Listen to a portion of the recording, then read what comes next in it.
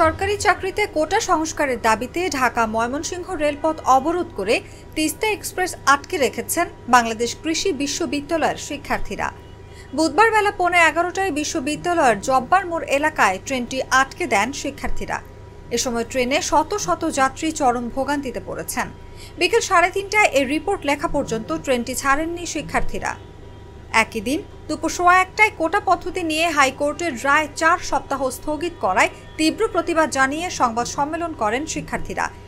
এরপর শিক্ষার্থীরা অবরুদ্ধ তিস্তা এক্সপ্রেসের সামনে ক্রিকেট খেলেন। এ সময় বাকৃবিতে কোটা সংস্কার আন্দোলনের অন্যতম সমন্বয়ক মোহাম্মদ ইরান মিয়া ট্রেনের যাত্রীদের উদ্দেশ্যে দুঃখ প্রকাশ করেন। তিনি বলেন, ট্রেন আটকানোর ফলে সাধারণ যাত্রীদের ভোগান্তির জন্য আমরা দুঃখ প্রকাশ করছি। তবে আপনাদেরও মনে রাখতে হবে, এই আন্দোলন শুধু আমাদের আন্দোলন নয়, দেশের সবার আন্দোলন।